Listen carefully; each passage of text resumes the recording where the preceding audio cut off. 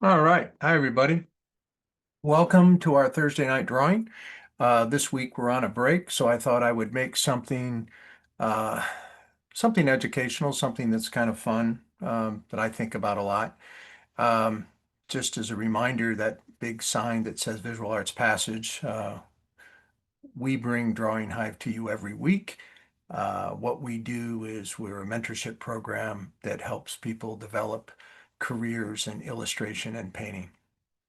Okay, so the topic I want to talk about, which is near and dear to me, is the multiple ways to use oil paint. And I think people overcomplicate it. Uh, it can go lots of different directions, and it's by far the most flexible medium that's out there.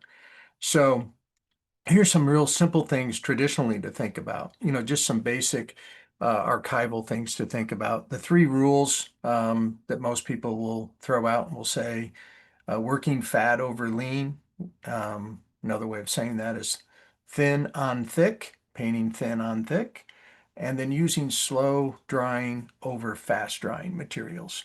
Um, Basic archival things to move forward with. Some key techniques that most people hear of, you can investigate these, and I suggest you investigate them because they'll help you better understand the materials and how to think about painting. Glazing, thin washes, thin glazes of with medium on top of something that's dry. Um, Usually there's dry time in between. Impasto is just thick paint. Usually directional strokes or with brush or other kind of materials, painting knives. Um, but it tends to show dimension in the painting. Scumbling, it's another what I refer to scumbling as dry brushing. And dry brushing, I do a lot of it, and it is using a small amount of paint. Kind of sometimes I leave my paint out and have to cut into it because I like it really dry. Um, and then I'll dip my brush into it and then remove most of it and scrub in the paint onto a dry surface. I like the looks and feel of it and the control. And I use scumbling a lot when some of these other techniques that I'm going to talk about, the non-traditional. Uh, Alla prima just means that it's a painting done in the time period that it takes the paint to dry, a one sitting painting. And there's some foundational methods like underpainting and grisaille. Underpainting is pretty simple, just establishing thin work. I mean, a lot of people will do their underpaintings in acrylic, but you can do it traditionally they were done thin paint with oil, let it dry, then go back in and re-oil and use it as a drawing underneath, a value structure underneath. The grisaille method, I mean, it's just a grayscale painting. Uh, and it's just in value. You can do grisaille with black and white, or you can do it with a color and white. A lot of grisaille paintings are done with like a burnt umber or a sepia type warmth. And once they dry, the next step is you can glaze on top of it, glaze color into it, or you can just leave it as a monochrome, which means one color. So moving forward here, traditional approaches. Um, I think about the surfaces you paint on, the canvas or substrate, whatever you want to call it. I use a lot of hard surfaces because I use a lot of palette knives and paint sticks and different materials that I don't like the bounce. I do use canvas board every once in a while, but I like it solid. I don't like it's stretched. Um, so think about the substrate, either a pure white or a mid-tone. There's times for both. I almost always work against a mid-tone. It just gets me there faster. Um, and just I become comfortable with it. Mid-tone does a lot of work for you. Um, uh, the mid-tone paint, you think about it, if you just add lights and darks to it, you can get somewhere very quickly. Um, Working in layers with dry time in between. Um, that's a very common thing. Whether it's like a pencil underneath and glazing over the top of it and holding on to that pencil all the way through, whether it's establishing a drawing with paint and letting it dry and then glaze through it. Wet into wet requires a little bit different attitude about it because you're drawing through the process. And that's really the two big ways of thinking about, as bottom two bullet points here of approaching a piece to me, the way I think about it. Am I going to do a drawing, establish a drawing up front and maintain it all the way through the process? So I'm working thin enough.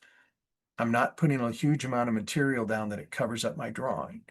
Um, you know, think of watercolor that way. You think of people using mixed media that way. A lot of mixed media is where they're doing transparent glazes and building up till they get to the thicker.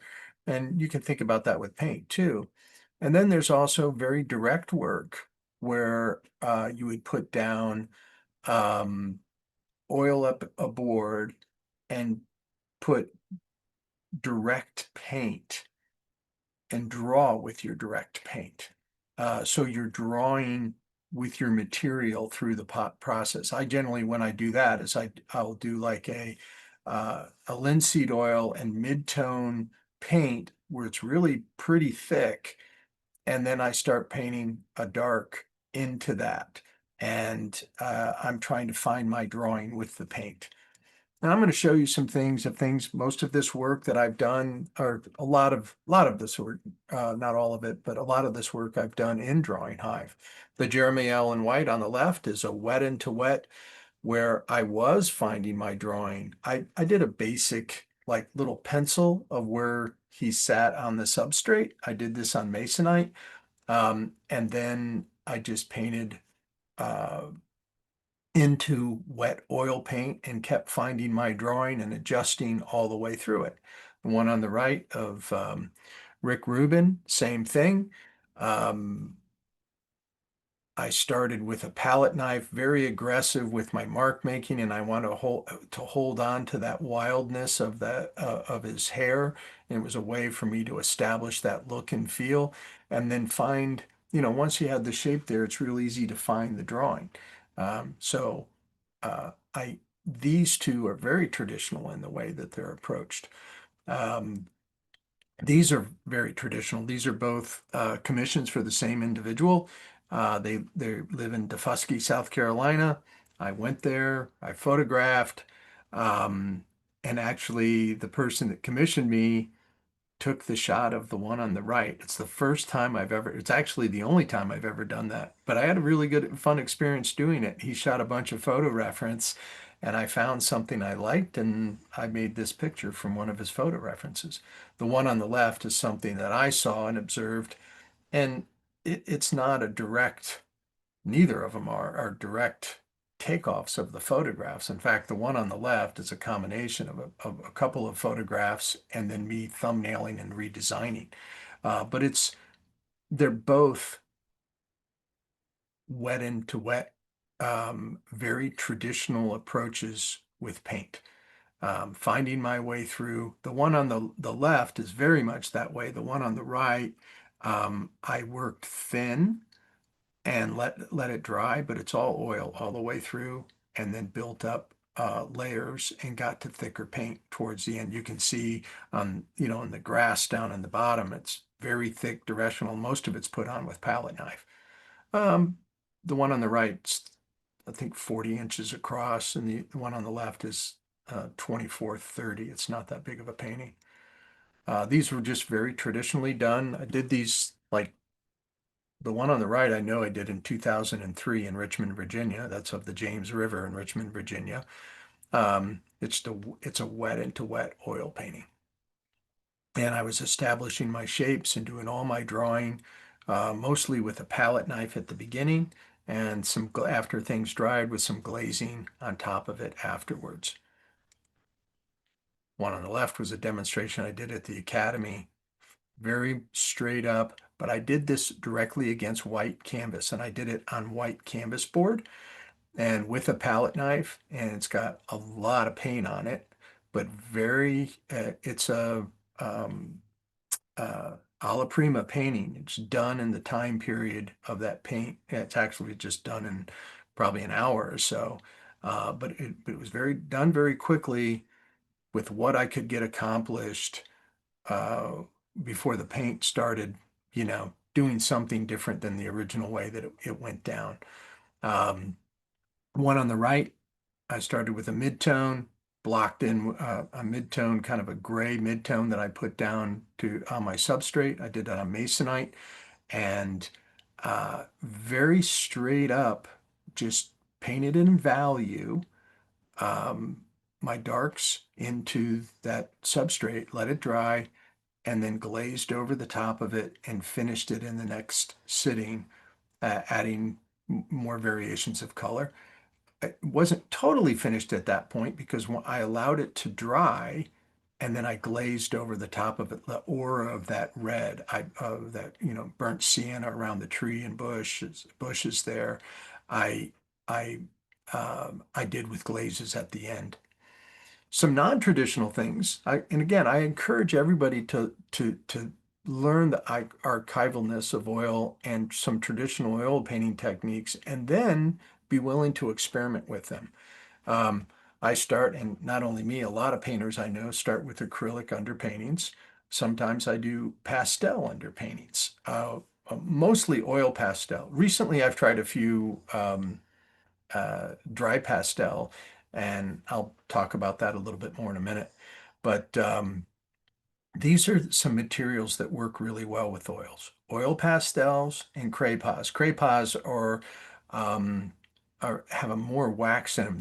They're a pastel, and they call them oil pastels, but they have a lot more wax in them than the true oil pastels. Like a Sennelier oil pastel is like just really like hard paint that you can draw with. It's like a really soft crayon. Um, Wax, Dorland's wax, mixing things, mixing paint into wax and dragging it over the top of the surface. Paint sticks, which is truly that. It's just like wet paint with a hard shell around it that you can cut into, and it's pretty much just like using paint out of the tube, but you can draw with it. It's in a stick and it's got a wrapper around it. Colored pencils, they have a lot of wax in them, but you can melt them with oil paint and blend with them, blend oil paint back into them, and do light, finishing over the top. And then dry pastels, and I'll show you a little bit of that. To use dry pastels and oil paint, you really have to kind of like engulf the pastel into the paint. You gotta have to like um, uh, just kind of push the material into it. But these are all things to think about in ways you can be non-traditional with it. So actually, the one on the left, which encouraged me to move forward with oil pastels, was done with a Neocolor crayon, which is water-based. And when I did this, I was just trying to figure out, you know, it was more of a drawing attitude, how to do something and loosen up my drawing and just be able to push it around. So I tried it with the neo crayons, and then I thought, well, how would that work with the Senneliers? And the Senneliers are softer, and it's an oil, and it's like drawing with a lipstick. It is so soft and it moves so easily. You can push it around with oil paint or just a little bit of any kind of thinner, like a terpenoid or a Gamsol. These were done on masonite with an acrylic underpainting, and then all the rendering is done with oil crayon. And then I blended the oil crayon with that scumbling technique with a little dry brush paint back into it. And all of that texture that I love what oil crayon does with texture, what those pastels do with texture. And when I say pastels, this is all oil pastel. I got really polished on the one on the right. Then I thinned down the oil paint and loaded up a toothbrush and splattered it and with the toothbrush. Um, Both of these, the Pee Wee Herman uh, on top of a mid-tone um, uh, acrylic underpainting. I mean, a mid-tone surface. Then I did an acrylic. I blocked in some darks and lights with, well, just the darks actually. And then I rendered with the oil crayon. And went from acrylic to an oil painting as soon as I did that. And then I finished with manipulating, bringing a little bit, dragging a little bit of oil paint and dryer over the top of it. The one on the right, I hardly brought any paint back into the oil crayon. It's almost all oil crayon, the Terry Crews. This one, one of my favorites I did a couple of years ago. It started as a dry pastel that I put, I took a new pastel, did a drawing, covered it with paint thinner, um, and then painted oil back into it. Kind of like the effect of it. Some recent landscapes. These are studies for bigger paintings, but they're acrylic underpaintings with oil pastel and dry brush oil paint back into it. I like the look and feel a lot. I want my big paintings to feel this way. This is first successful large painting I did that way. When I say large, I think it's 30 by 40. It's not huge, but it's a decent sized painting. Um, but again, it starts on an acrylic substrate, painted in a mid-tone, and I did all the drawing with crayons and paint sticks, and then an oil paint and the Sennelier oil sticks or oil pastels, excuse me, and then dry brush paint back into them. Really like the feel that I have. Two others that I've done this way. And you'll see, and I'll show you what an underpainting at the end of an acrylic painting looks like. My underpainting looks like before I start to paint. Well, you see it right here, actually. That's my study on the left, and I literally get rid of everything except for my thumbnail and the small painting, and that's what I do the big painting from. I figured everything out. I figured out my composition, my value structure, my color, even the mark making. I figured it all out in the small painting, and it's 12 by 18. This is a commission piece, one I'm working on right now. It's on my board. I'm doing it on a birch cradled panel. You can see right here, it's about an inch and a half thick. I first painted the substrate, the birch panel, like a mid-tone gray, and then I did an acrylic underpainting to establish the picture, to make it not, I want to get somewhat of the color, my value close, but I made the picture. It's very crude. It's not it doesn't look like a finished piece at all right now. I'm going to stretch out the values a little bit more with the materials that I'm going to put on top of it. But it's real important to me that I'm getting rid of any photography and, my original photography when I shot this is like it would be hard to identify it with this picture. I changed the shape of the trees and altered the shape of the road a little bit. But I had a good starting place, but I made the picture I wanted to make. And my work gets more personal when I'm working just from the study and I get what I want out of the small picture and then try to apply that and make that happen in the bigger painting. Did these last week. I did this, George Pratt, when George Pratt was drawing with us a couple of weeks ago. After we got done drawing, we stayed up and painted for a couple of hours. And